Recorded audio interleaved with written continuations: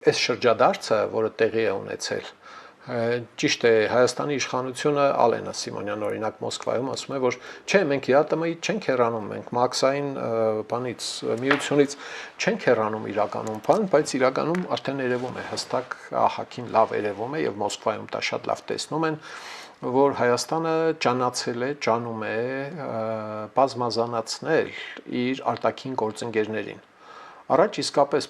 փոքր ախպոր օրթախի պես Վալոդիկի թևի տակ էր Հայաստանը։ Նախորդ իշխանությունները այդպես հատուկ ջանք չեն ներդրել, էլի զանազանացնելու կամ բազմազանացնելու։ Այն Սերժիկի Արազն էլ հիշում եք, էլի, հա, մի քանի տարի բանակցություններ վարի, որ Հայաստանը մտնի Եվրոպական միություն դառնա ասոցիատիվ անդամ, Մոսկվայում շատ սիրուն կանչեցին, մի երկու անուշ խոսք ասեցին, ինքը արագ ելավ ասաց, որ չէ, Հայաստանը բանը հրաժարվում է եվրոինտեգրման ճանապարհից, բառացիչ ասած։ Հայաստանի ժողովուրդը որոշել է միանալ մաքսային միությանը եւ լինել Եվրասիական տնտեսական միության հիմնադիր։ Հետո հարցազրույցների մեջ ասեց,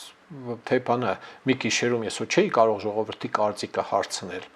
Ու այդ հարցին դեռ չի պատասխանել, թե առանց կարծիքը հարցնելու այդ ոնց է իր մի գիշերում որոշել, որ Հայաստանի ժողովուրդը որոշել է, ուղղակի մեջբերում եմ իր խոսքերն են, Հայաստանի ժողովուրդը նման բան չէր որոշել։ Դա որոշել էր Սերժիկ Սարգսյանը եւ հիմա փոզմիշ է լինում, քարուքանդ է լինում Մոսկվայի այս ջանքերը Հայաստանը կզած պահել իր ծերի տակ։ Այդ դրսևորումները հիստերիաները մենք բարբերաբար տեսնում ենք Զախարովայի ելույթներում, Լավրովի ելույթներում, Պեսկովի ելույթներում, Վալոդիկը հələ չի արտահայտվել, հա, սուս է մնում, համարում է, որ իր ուսադիրներին, պագոններին հարմար չէ էլի ելնել այդ թեմայով խոսել, բայց սրտներից պահով զարգես արուն չի կա էլի, հա, լուրջ եմ ասում։